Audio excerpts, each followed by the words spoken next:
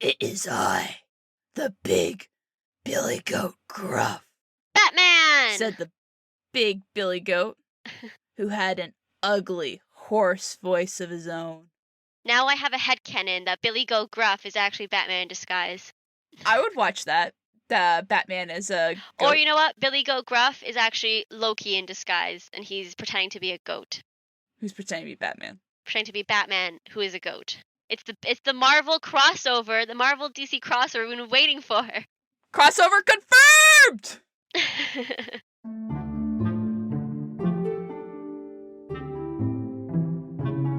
Greetings, travelers. Welcome back to Tales from the Enchanted Forest with your animal companions Fox and Sparrow. Yodelay-hee-hoo! If you've been following us on Twitter and Instagram at Tales from the Enchanted Forest, then you will know that we have traveled all the way to Scandinavia to bring you this tale today. Gone all the way out there despite travel restrictions. We have traveled and we have come back with a really good one. Our story today comes from all the way up in Norway. It was collected by Peter Christian Abjornsen and Jørgen Moe in their book Norsk Folkeeventyr, published 1841 and 1844. Now, the tale that we are going to tell you has the name of the Billy Goats Gruff, but the original name of our story translates to the 3 Billy Goats Gruff who were going to the mountain pastures to fatten themselves up. I don't know about you, but that's an excellent title. It just rolls off the tongue. We really should have kept the full title. That is just fantastic there. I know someone looked at this and was like, we should make this shorter so that it's quicker to say, so you can tell children this is the story we're going to read today. But I think we should normalize having really long creative titles. I always enjoy seeing a movie or like a song that has just a stupid long title, and it's most likely I'm going to pick up that one. It seems like the most interesting. It's got so many words there. So much going on. It reminds me of that scene in Emperor's New Groove where Kronk goes, the poison for Cusco. The poison that's going to poison Cusco. Cusco's poison. And I'm like, yes, that. Yep. Kronk. He is like my spirit animal or something. Every time he speaks, I'm like, it's like you're in my brain. Well, it's time to get into the brains of 3 Billy Goats, so let's go. Once upon a time, there were 3 Billy Goats, and their name was Gruff. I know, plot twist already. Whew, off to a crazy start here. These 3 brothers saw this beautiful hill full of grass, and all they wanted to do was graze there and make themselves fat. Life goals. Life goals, all the power to you. Can we go back to a time when that was an acceptable goal, was just to be like eating all you wanted? Listen, I've been playing a lot of Stardew Valley recently, and I've romanticized the concept of being a farmer in my head, where I'm like, I don't want to have a job, I don't want to pay taxes, I just want to own my grandpa's farm and go socialize with all of the townsfolk in this tiny town. Do you even do farming work? All I'm doing is in the mines all day. I've added a lot of mods that make farming really easy because I really like the social aspect of it more. I like to go talk to everybody, spend my day doing nothing, looking for, hilly fields to go eat and get fat off of. It's the dream. The American dream is no longer, having enough money and partaking in capitalism. We all just want to be farmers and goats who graze on hills. Or you want to live in Animal Crossing where your neighbors are animals and everyone's just chill and wanting to be friends. It'd be great. Get your own island. I think maybe the reason we like these games so much is because they're so calm and they're so different from everyday kind of rat race mentality. Yeah. Your neighbors aren't going to hate you if, you don't give them the right type of foraged fruit, although some of them will. But most people are like, oh, look, a blackberry. I think in one of the earlier games, one of the characters would be like, oh, wow, thanks. You can go just jump off that cliff now if you gave them the wrong item. In these games, they're just like, oh, thank you, but they'll have the sad emoji above their head. But you talk to them again, they're like, hey, best friend, how are you doing? It's great. See, social interactions are so easy because you can look at your friend, you go, listen, I'm going to give you this blackberry. And then they go, I love you. Yeah. And that's it. That's the extent. There's no social awkwardness. There's no, hey, I got you a gift just because. It's just you walk up to people, you aggressively hand them something, and they go, yes, I love this. Thank you. Villagers be like, I went to the beach today and saw the local farmer who had been at the beach for 12 hours fishing straight, looked at me in the eye, gave me an uncooked egg, and I just feel so, smitten with him. Yeah. You know what? This town is so small that if you hand me one single, uncooked egg, not even a dozen, just a single egg, Yeah. I'm already head over heels. Standards are low. Anyway, what happens to our three goat brothers? I think they would all enjoy these types of games. They were looking upon this hill thinking, I just want to go there and eat as much as I can and be fat. So, on their way up there, they came across a cascading stream, and they were trying to figure a way to get over it to get to their hill. Luckily for them, there was a single bridge they could use. However, under the bridge lived a great ugly troll with eyes as big as saucers and a nose as long as a poker. Poke, poke. So I'm gonna assume this bridge belongs to this troll. I mean, he could just be squatting there. Someone else could have built it and he just showed up and was like, this is a nice bridge. I want this. I don't know. At this point, listen, I see a bridge. There's a dude already on that bridge. I'm gonna assume the bridge is this dude's. I mean, I don't usually assume people own bridges, to be quite honest. The bridges are there. Oh, but okay. But private property is such a big thing. If someone owns the land and they've built a bridge there, it is their bridge. As long as I think they put appropriate means of getting people to stay off the land, like signs or fences and stuff, they don't have any liability. But most people, they own the land, they build a bridge, and they let people cross it. But it's still their land and their bridge. So are we assuming that this troll not only owns the bridge, then owns the hill? It depends. I mean, I don't know how far his property lines go, but if he built the bridge, and depending on how long he's been squatting under the bridge, I think the law is about 10 years, it might be his bridge. We don't know. We're also assuming that this troll is bothered with the legality of getting a deed and saying, this is my bridge. Do you think trolls have that kind of society built up? I mean, I'm not one to judge based on, creature racial background, but if he lives under that bridge is now a dwelling. So there are certain, housing codes I think the bridge has to meet. But let's say, he does meet those housing codes and it is considered a dwelling. Okay. It's his bridge. It's his house. Someone's trying to cross his house. I'd be pretty upset if someone tried to cross my bridge. I was here first. All right. Well, either way, the three of them don't decide to cross at once. The youngest one decides to cross the bridge first, and hearing the sound of hoof steps, the troll underneath the bridge cries out, "Who dares to cross my bridge?"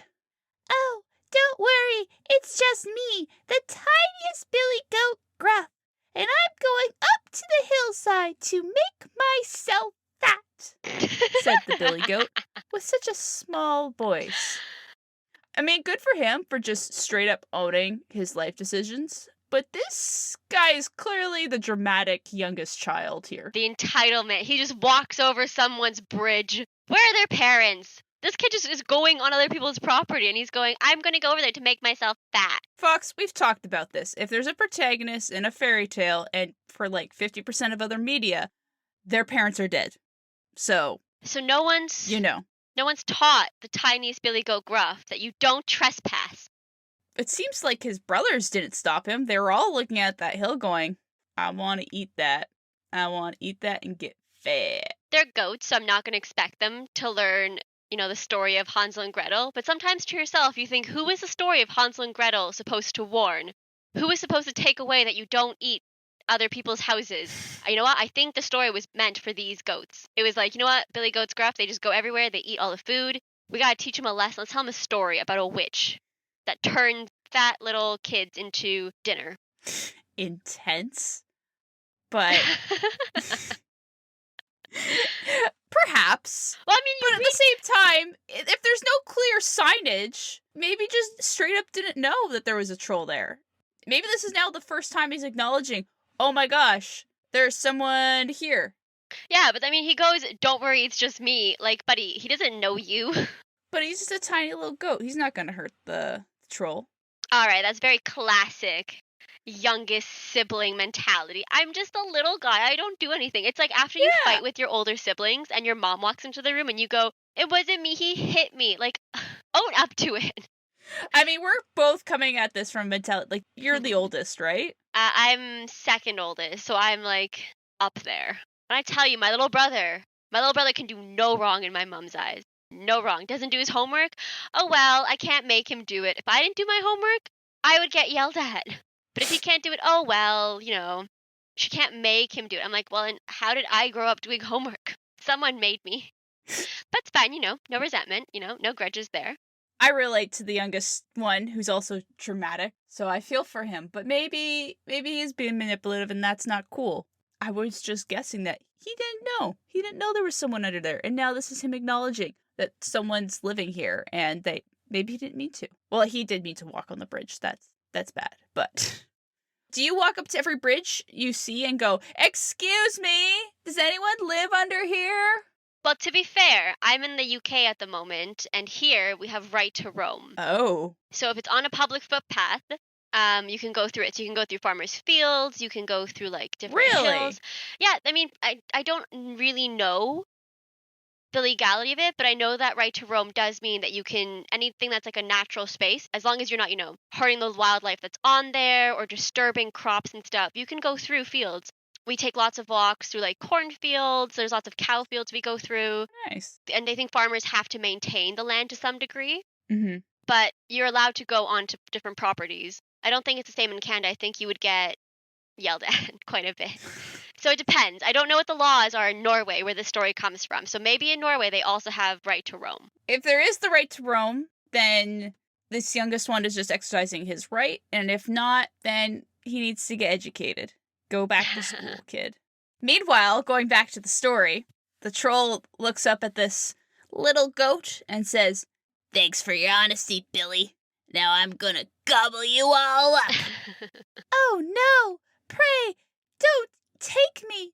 I'm too small to be worth it," cried the Billy Goat. "Wait a bit till second Billy Goat Gruff comes. He's much bigger." Way to sell out your older brother. You're just like, this isn't convenient. Why don't you eat my sibling instead? See, very typical younger sibling attitude right there. Straight up just goes, you know what? Don't eat me. Eat my next brother. He's bigger. All older children or middle children can relate to this. You really think we'd sell you out like that? I don't know, but I mean, I'm thinking back to years of my little brother going and saying like, "Oh, I can't do this. It's too hard." And my mom being like, "Okay, well, get your sister to help you." And I'm like, "Okay, by help, do you mean I have to do it for him? Because that's not about to happen." But, it's fine. I'm just speaking up for the children who had to, help raise their siblings, and their siblings got away with so much more. I mean, he literally just goes, "Don't eat me, but eat my brother. He's bigger. He has more meat on his bones."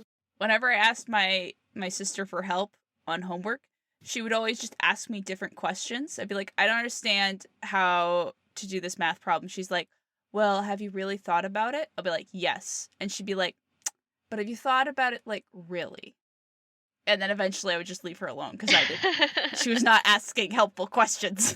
It's a deflecting tactic. I don't want to help you, but I don't want you to make this a thing and go to mom and dad. So you have to be like, "But did you think about it? Did you really, really try? Go back and try and then come back and I'll help you if you really don't get it." But at that point, you're like, well. That was what she said. And then I didn't want to ask her for more help because he was like, "You know what? You might just ask more questions, and I'm not ready for that. I already have to deal with these questions the teacher gave me." Yep, classic deflection tactic.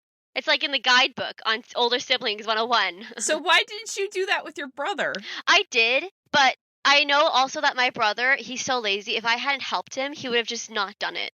Oh, my sister knew I was going to do it. Thankfully, I was still enough of a middle child where my older sister had most of the responsibility. So I was like, forgotten middle child kind of situation. I was like, I'm here, I'm older, but I can get away with not doing more stuff because there's someone older than me who can take over. So I relate, but not enough.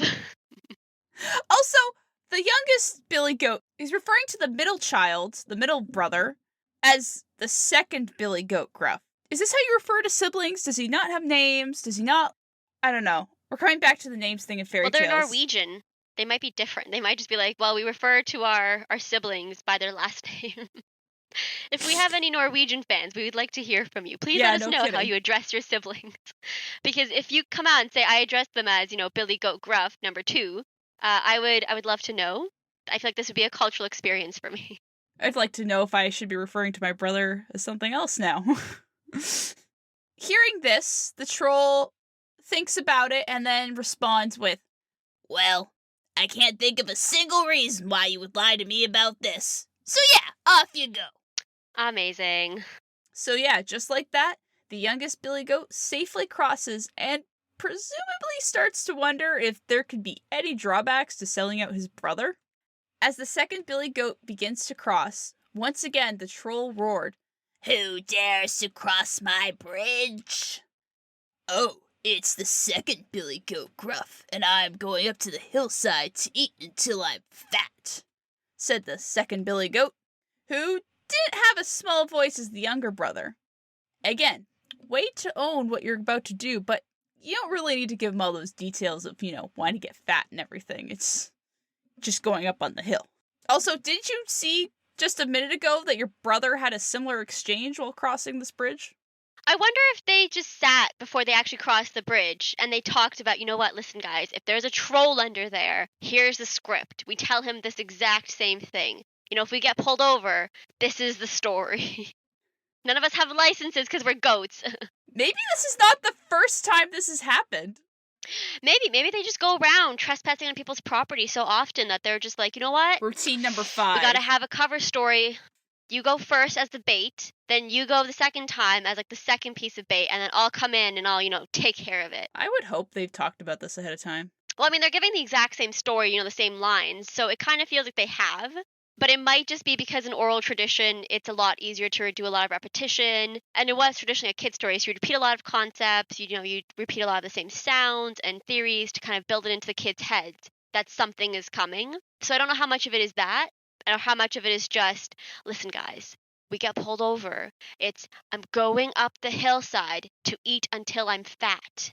That's the story. We're sticking to it. We're sticking to it. We're not running an underground goat organization. That's a twist right there. I'm sure someone out there has written fan fiction about, goats having malicious reasons to go up the hillside, or some capitalist reasons for it. Maybe they're trying to take over property and they're trying to establish squatters' rights themselves. Who knows? After hearing the arrival of the second Billy Goat, the troll rubs his hands together. "Oh wow, the first goat was telling the truth. Now I'm definitely coming to gobble you up." "Oh no, don't take me. Wait a little bit until my big brother comes by. He's much bigger." Sure, this is probably the moral of the story here. When things get hard, just pass the buck to someone else. I can't really see what the other moral would be, unless it's eat your goats before the third one shows up. Because, I mean, the troll could have definitely already eaten the first one, waited for the second one, eaten the second one, and then been too full to worry about what happens next. Or, I mean, you know what? He could have eaten all 3. We don't know how, troll bellies expand, but I'm assuming that he can eat the small one, eat the second one, and then, eat the third one as well. But I don't understand why he didn't eat them. There's no reason why you can't eat all 3 Billy Goats, unless maybe he was thinking along the same lines of, well, I don't really want to waste the energy to eat the smallest one when there's a bigger one that's coming by. It'll last me longer. I don't have to use as much resources to catch it. They could have been lying. And then where would he have been? No goat. If the first one was the only one, and he just said that, oh, another one's coming, then he would have been out of a goat anyways. Why did he believe him? I don't know. I think it's just, there's a trope of, trolls being simple-minded and silly. So they don't actually think things through. They take things quite straightforward. Just like how people, when you speak the English language, a lot of people who are new to the English language don't really understand how to use sarcasm, or they don't understand sarcasm in itself. So it might be one of those things where the troll is taking everything literally. He's like, all right, there's a second Billy Goat. It's coming. Cool. You can go on. I'll get the second one. So maybe it doesn't even occur to him that they could be lying to him. Either way, he still believes them. The troll kind of hearing about another bigger Billy Goat coming along. That just sounds really tempting. He says, "Well, I'm sure I can't see this backfiring anyway. Be off with you." And then went the second Billy Goat. Not long after came the eldest, big Billy Goat Gruff. Dun dun dun. As he crossed the bridge creaked and groaned under him. Maybe this should be an indication, though, that Big Billy Goat doesn't necessarily need to graze in that hillside for long. Sounds like he's doing okay on the weight department. Well, maybe that's why the other two are trying to get away from their brother. They're like, he eats everything. There's nothing left for us. Let's run away. And then the Big Billy Goat follows them. So they're selling him out. They knew about this bridge with the troll, and they're like, the troll will take care of our brother. Like, you know what, guys? It's rough out here. Every goat for themselves. More like it's gruff out here. I'm just goading you about that. Anyways. Oh, gosh. Hearing this, the troll roared once more, "Who dares to cross my bridge? It is I, the Big Billy Goat Gruff," Batman! said the Big Billy Goat, who had an ugly, hoarse voice of his own. Now I have a headcanon that Billy Goat Gruff is actually Batman in disguise. I would watch that. Batman as a goat. Or you know what? Billy Goat Gruff is actually Loki in disguise, and he's pretending to be a goat. Who's pretending to be Batman? Pretending to be Batman, who is a goat. It's the Marvel crossover, the Marvel DC crossover we've been waiting for. Crossover confirmed! It's in the story. The Norwegians knew it all along. Guys, it's right there. It's in the subtext. Right. All right, so what does Batman do about this situation? Yeah. So, Big Billy Goat Gruff is very confident in himself. He's not worried about it. But the troll doesn't realize maybe he could be in a bit of danger, and he roars with excitement. "Finally! Now I'm coming to gobble you up!" The big Batman Billy Goat smirked as he spoke. "Well, come along. I've got 2 spears, and I'll poke your eyeballs out of your ears. I've got besides 2 curling stones, and I'll crush you to bits, body and bones." Yeah, this is a kid's story, by the way. The Norwegians go hard. Yeah, this last bit was pulled verbatim from the original story. This is hardcore. Yeah, maybe this is why the other two don't like their older brother. He's so intense. Yeah. They're like the normal siblings, you know, they have each other, they have normal interests, and then you have their older brother who's into like heavy, heavy rock music and screamos and lives in the basement and hates everything and everybody and is so intense that he scares them. So like, we just want to go and find our own hill, but he follows them. I just realized something. What? The youngest Billy Goat is actually Loki. The middle one is Thor, and this one's Hela. Thor's just like, you know what, I'm big, but I'm into like comedy and stuff now. I'm off saving the galaxy. And Hela's just like, you want a piece of this? I'm the goddess of death. Yeah, Loki's just like, I'm doing this for fun. Thor's like, I can't really be bothered. And she's just like, I will destroy you. Loki is genuinely like, yeah, take out my brother Thor. And Thor is like, Hela's trying to destroy the world, take her out. And then Hela's just having none of it. But you know what? I like this allegory just because goats are such a big part of the Thor legends. They draw Thor's chariot. Thor is a favorite of farmers. Like, you mean the real Norse mythology, right? Yep, the real Norse, not the Marvel mythology, no. In the Norse mythology, Thor's chariot is driven by goats. He's a favorite of goat farmers and regular farmers and travelers. Odin has his own little goat called Heidrun, and she eats from the world tree and converts it to mead, which he drinks and the warriors at Valhalla drink. I mean, the Norwegians love their goats. There's also a Yule goat at Scandinavian customs for Christmas. Goats are everywhere. So, I mean, if anyone's going to be in a goat story about 3 goats, it's going to be the 3 Odin children. Well, this is also, we're going off of the Marvel Odin children. Mm-hmm. Hela is actually Loki's daughter, right? Yeah, I see how that's confusing. It's in the actual mythology, goats are a big part of Thor's mythology, so we're going to transpose that onto the comic books and onto the Marvel universe. So that way we have a bridge between the worlds, one might say. All right. Well, now that we've considerably mixed up the MCU, the Marvel comics, and actual Norse mythology, let us continue with the three Billy Goats Gruff. And apparently Batman, the Billy Goat. Batman, Thor, Loki, and Hela. Hela. Yeah, so sorry. Batman, Thor, Loki, Hela. DCX Marvel. Confirmed. The troll, completely unfazed by this goat's threats, laughs to himself. To the troll's surprise, the big Billy Goat dashes at the troll, poking his eyes out with his horns and crushing him to bits, body and bones. He then somehow gathers all these body bits and tosses them, the remains of the troll, into the cascading river. After that, he went up to the hillside and presumably had a serious family discussion about loyalty. But after that, the three Billy Goats got to eat and eat. They got so fat they were scarcely able to walk home again. That's quite a horrific ending. It's kind of like Rumpelstiltskin, where we were like, oh, this is fine, and then Rumpelstiltskin just tears himself into pieces, and we're like, ah. And then murder happens. Yeah, and then murder happens, and we're like, children are very, very desensitized to violence, not because of video games, but because the stories we are reading to them as bedtime stories for them to go to sleep to are just violent, I think. Controversial topic. It's there. It's right there. The goat told the troll his plan, and then the troll was still surprised that happened. I mean, to be fair, goats are very hardcore. They're not on the same level as geese, but I mean, if I saw a goat and it came up to me, depending on how fat it was, my level of fear would be different. I feel like if a goat came up, I'd be like, all right, if I stay away from him, he'll stay away from me. Now imagine if this was the three geese gruff. Three geese gruff. If I was a troll, I'd be gone immediately. Like my levels of violent aversion are higher with geese than goats. So maybe the troll just thought, it's just a fat goat. What can it do? Do you know what's always weirded me out about goats?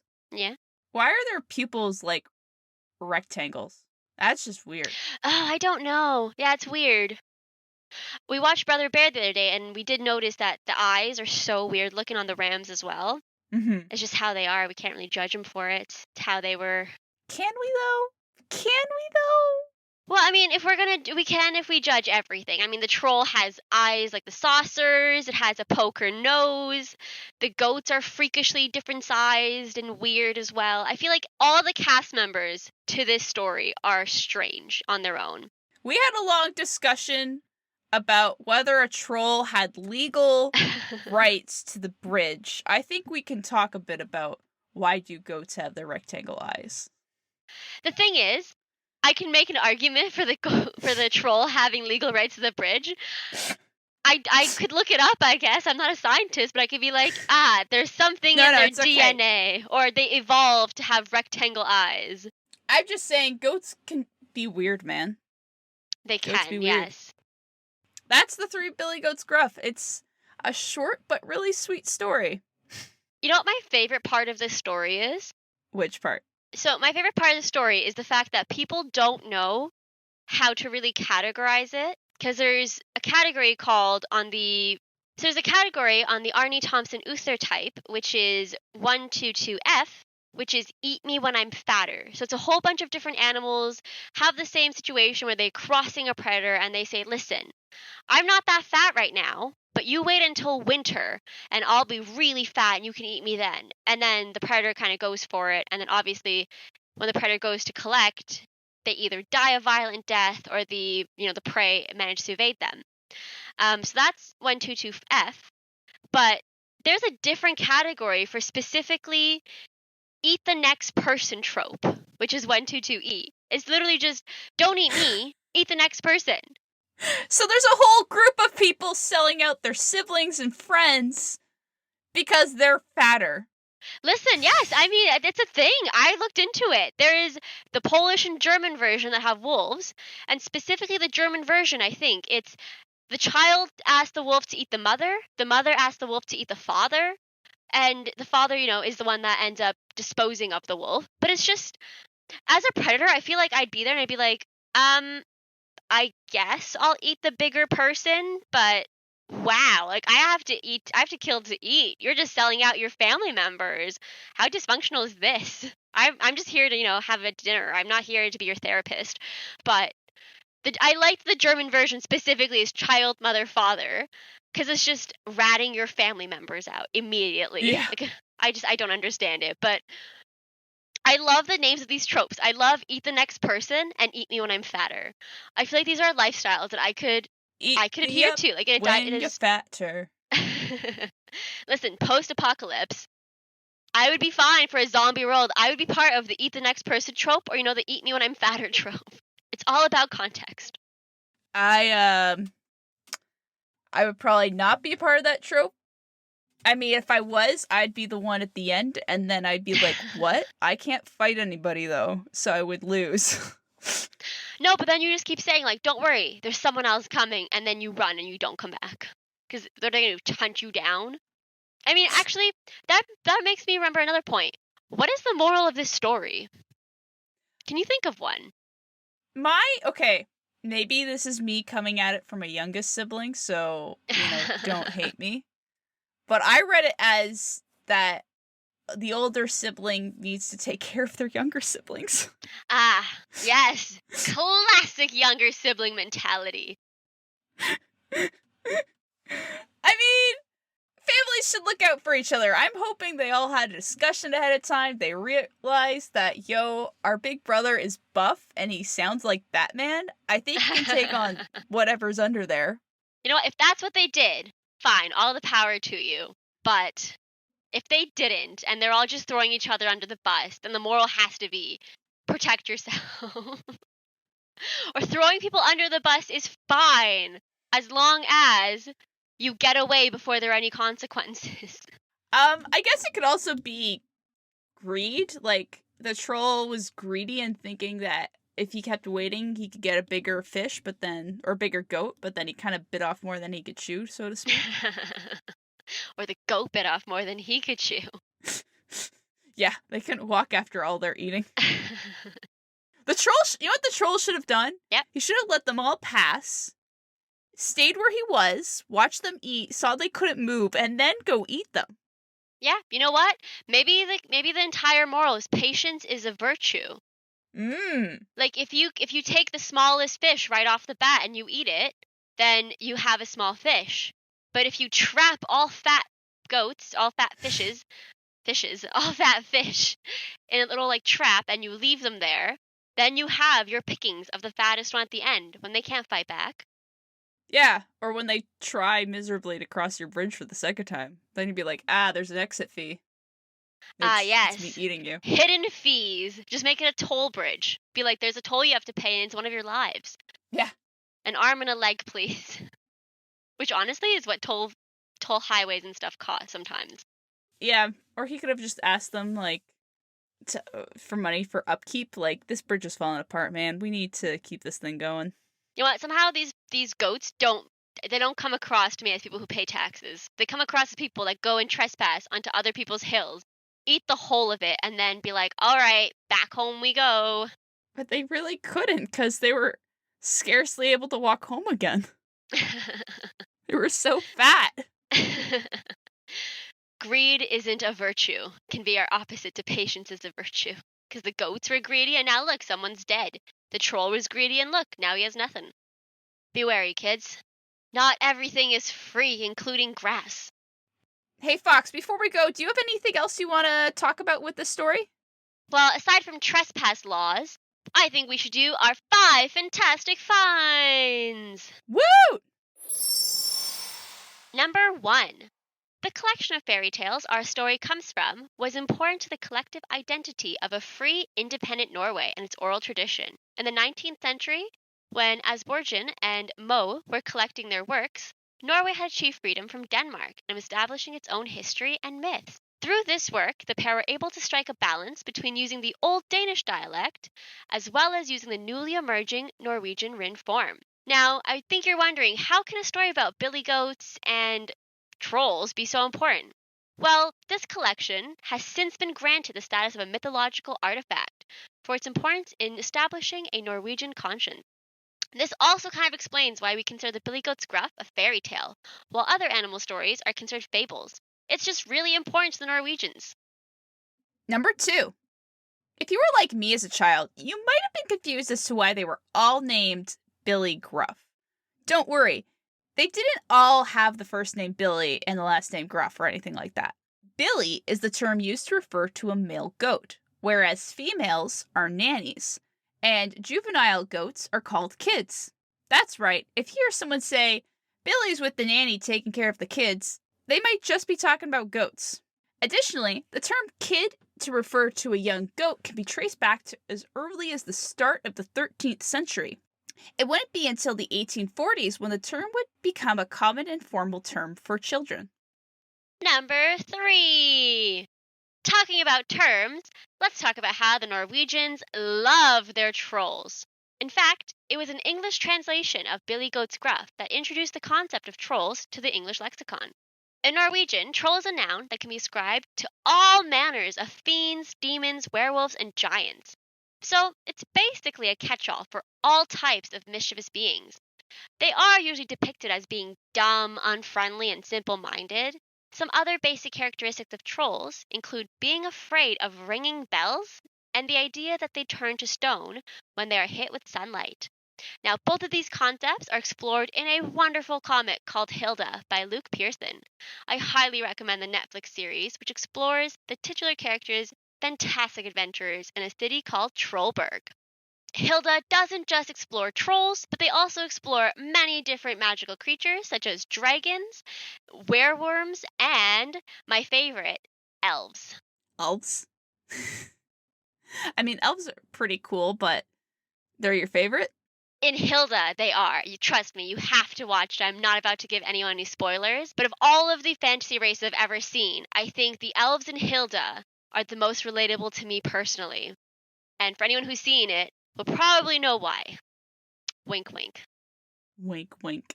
Well, talking about standard fantasy creatures, that brings us to number 4. Now, like elves and dwarves and other creatures of that sort, trolls are very common fantasy races that you'll see in media. But despite that, there's a wide variety of adaptations that you'll see. There are the more common, dark, and serious threatening trolls we see in places like Lord of the Rings. Tolkien's trolls were about 12 feet tall, with thick skin and brutish faces. In The Fellowship of the Ring, trolls are first seen as stone statues.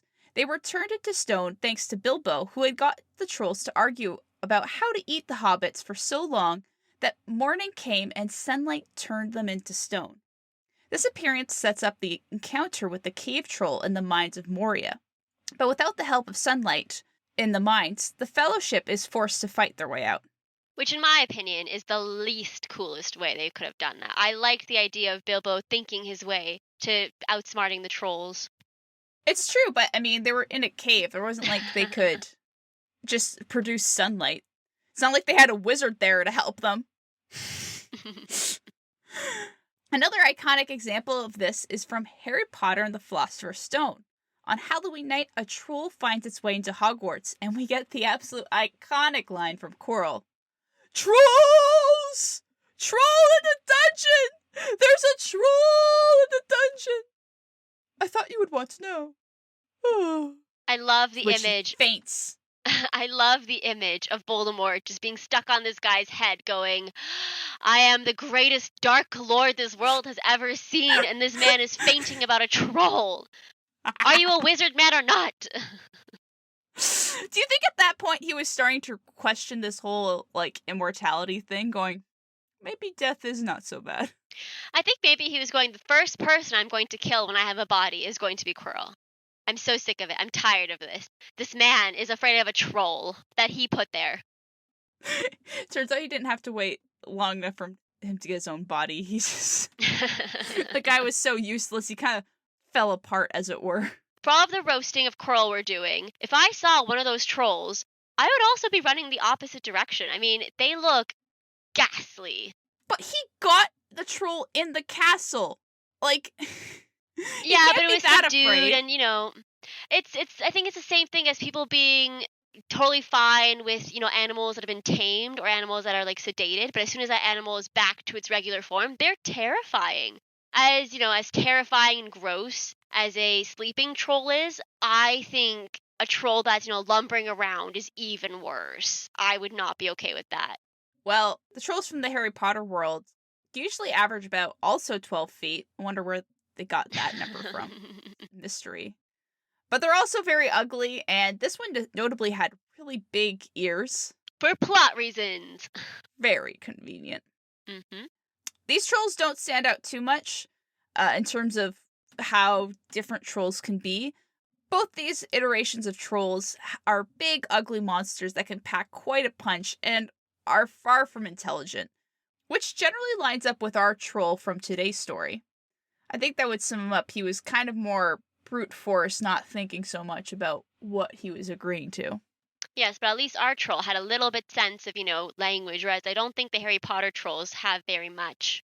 Yeah. The other thing that these trolls displayed more of that our troll didn't do as much of is these trolls were very, hostile and brutal. Our troll is brutal, but he was not as hostile about it. Although, you know what, to be fair to the Harry Potter troll that we've seen in the movie and the books, he was, presumably kidnapped and brought to an unknown location. I wouldn't blame him so much. I mean, our troll, was trying to protect his bridge that people were trying to trespass on. But this troll was just straight up kidnapped and then aggravated. It's easy to play the trolls are dumb and simple-minded, but they are creatures. And I don't think literature is always fair to them. I think literature often plays them as the bad guy for no reason except that they're just bad because they have no concept of being good. But as we will see later on, we can have good trolls. Right, Sparrow? Yes.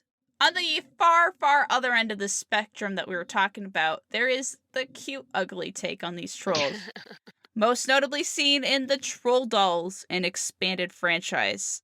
I personally have never had a troll doll growing up because those things are straight up creepy. What about you, Fox? No, I didn't really like them. They were in the Cabbage Patch Kids of freaky to me. I liked Barbie. I liked Ken. I liked, animals. I didn't really like the trolls. I had Groovy Girls. Ooh, I had Polly Pocket, the Miocene Girls, Winx Club dolls. I just had different types of dolls, I think. I was never really a big soft doll kind of person. Or strange doll kind of. I think I was more into the aesthetically pleasing dolls. Sorry, trolls. They were just so creepy. They stared at you all bug-eyed. Ugh. And then they came out with the Trolls movie. Was that the last movie to come out before the pandemic? In theaters? I think so. I think it was there was some music aspect to it. I don't know why, but kids shows or kids movies have a lot of singing and dancing. I feel like that's because you can actually sell CDs and music to kids. But I remember thinking the trolls were trying way too hard to be the Smurfs, and I loved the Smurfs. I never watched the Smurfs. Not even the live action one? No, I didn't. I wanted to, and then I never did. I don't condone a lot of cartoon to live action because I don't think it translates well. But the Smurfs movie, I'm not sure if nostalgia talking. It might be nostalgia talking. Don't hold it against me if this movie sucks. But in my mind, this movie was awesome. All right. I'll have to check it out later. It's like the Scooby-Doo movies where you're like, oh my god, this is actually really great. Scooby-Doo, where are you? I'm off to hunt a troll man. It won't be a troll, though. It'll be a really big guy and some animatronic, and it'll be, under a mask. You know which trolls I actually did like? I liked the ones in Frozen. I didn't like Olaf, but I liked the Frozen rock trolls. I thought they were quite cute. Their trolls were okay, but they were just, small rocks with arms and legs and a face. I mean, I don't know if they really... I know the term for troll is really loose, but I feel like the few things that have to be established is that they're kind of ugly, and they're at least kind of shady. To some degree, whether they're actually good or bad, you could bend, but they have to at least come across as sketchy and probably strong and maybe not so smart. This doesn't check any of those. I think that's just the classic Western view of trolls. I think the Norwegian view of trolls isn't that divisive. I think almost a Scandinavian term for troll can be very, very fluid. So you have rock trolls, which kind of resemble rocks or outcroppings. You have the forest trolls, which can resemble trees or big, statues of bark. So I think the actual myths that they come from. The trolls aren't really always ugly or big, and sometimes trolls can even look human. So I think the actual range from the myth, it can be very different, but I think we've been conditioned to think of trolls like the very classic Harry Potter, classic Lord of the Rings kind of troll, where they're just dumb, they're big, they're brutal, they're almost like interchangeable with orcs in some way, which isn't necessarily true. But we will talk more about that later. I feel like you're trolling me here, but okay. Of course, there's a lot more variations on trolls out there. We talked about before, Netflix has a show on Hilda. You said it was originally a comic. Yeah, it comes from a comic. It demonstrates trolls with a good alignment. There's BBC's Merlin, which shows trolls having a high proficiency in magic. And in the tabletop game Dungeons and Dragons, trolls can actually regenerate limbs. Or another variation on trolls comes from the PlayStation 4's God of War game. Here, these massive trolls have gray skin, huge curled horns or tusks, and often come with unique elemental abilities. And if you're not careful, these guys will take you out pretty quick. I mean, I'm a pro player, so I never died and didn't lose once to these things. Nope, not me. Nope. No. I hear denial in someone's voice. It's okay. It's okay. We've all had to, quit a game mid-fight because we were dying and we were about to lose everything and have to start all over again. It's so annoying because it's the first, they throw these really basic enemies at you and you're like, I can do this. And they're like, great, you've killed 3 of these. Here's a troll. They're a mini boss. And I'm like, I don't know how to use anything. Atreus, start firing arrows. Gosh dang it. Why aren't you listening to me? Oh, good. He one-shot me. Lovely. This is why you always save a game before you enter the main fight. Because you always need to be sure that you can always, backtrack. I'm speaking from years of Pokemon experience. So many lost gym battles. Anyways, at first appearance, these come across as our standard dumb but strong monster troll that we talked about earlier. While they remain your enemy throughout the campaign, we hear them actually speak in their own unique language. In fact, in the game's lore, it's said that despite their outward hostility, these trolls have their own tribes all across Midgard. We even get to see one who is a bridge keeper for Helheim. This guy was even able to differentiate between a living soul and a dead soul. But not a dark soul. That's a different game. And with number 5, I get to finally say it. Not all trolls are evil under the bridge, gross lurkers. There are also myths and stories about troll maidens who help build and hold up bridges, and giant trolls who themselves act like bridges.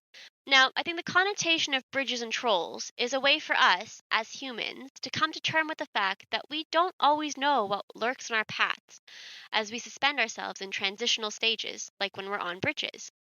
The connotation of bridges and trolls is used in the trope of the bridge keeper, where a hero needs to cross a bridge, but before doing so, he needs to answer a riddle. I think this is a way for us as humans to come to terms with the fact that we do not always know what lurks in our path as we suspend ourselves in liminal spaces like bridges. Usually bridge keepers are trolls or, a sphinx-like creature. However, in the Scandinavian tradition, trolls are more so forest or mountain-dwelling creatures that are not necessarily solitary and they don't lurk under bridges all the time. They usually live in familial pairings with a parent and a child, and they usually just travel around looking for food and hunting like everyone else does. The Norwegians have lots of natural stony outcroppings they name after trolls, including Troll Peak, Troll's Tongue, and Trollstein Mountain. It's a fun way to find magic in the world around us without giving children a lifelong fear of bridges. Now, Sparrow, I hope this bridges are 2 different expectations for the trolls in our lives. They can be stupid, they can be smart, they can be helpful, they can be mischievous, they can sometimes be ugly, and they can sometimes be just fine. At the end of the day, trolls really are fantasy creatures, and they really do go through all manner of different adaptations and variations because at the end of the day, troll is just a catch-all term, like you said at the start. So we get all these different variations, and that's what still makes them fun, even though you end up with creepy doll trolls. I think that's the one thing we can agree on. The troll dolls are creepy. And their songs are bad. Hear, hear. Well, Fox, as fun as it has been trolling around with you, I see a hill in the yonder, and I think I'm going to go there and eat and make myself fat. Well, wait for me. I want to be the second Billy Goat Gruff. Now, travelers, if you want to hear more from us and find out what our next tale will be, come join us anytime on Twitter, Instagram, at Tales from the Enchanted Forest. Or if you are old school like Sparrow, you can email us at talesfromtheenchantedforest@gmail.com. We'd love to hear what you think about us getting nice and fat on this hill, our trolls, or any other anecdotes from this story. If you have anything to share, please don't hesitate. And remember, there's always a place for you in the Enchanted Forest.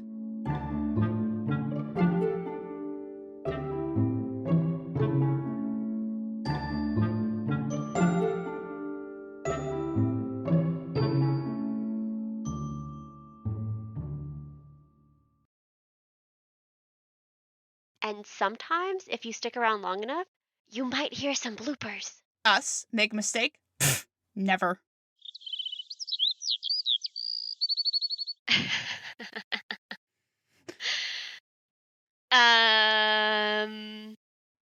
Are you unmuted? I was like, yay!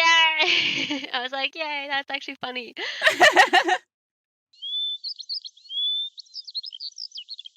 And they all wanted to gaze there. Graze. No, the graze. Yep. I'm back, I think. Hello. Hi. Sorry, Who dares to cross my bridge? apparently not me, because Discord just went, no, go away. It's Fox. She dares to cross your bridge. Oh gosh, How okay. dare you? Okay, let's say your line. I'm Big Billy Goat Gruff. Do you think that's funny? I killed a troll with my own head. All right, it's nearing 9:30. Let's keep this moving, Batman. Okay.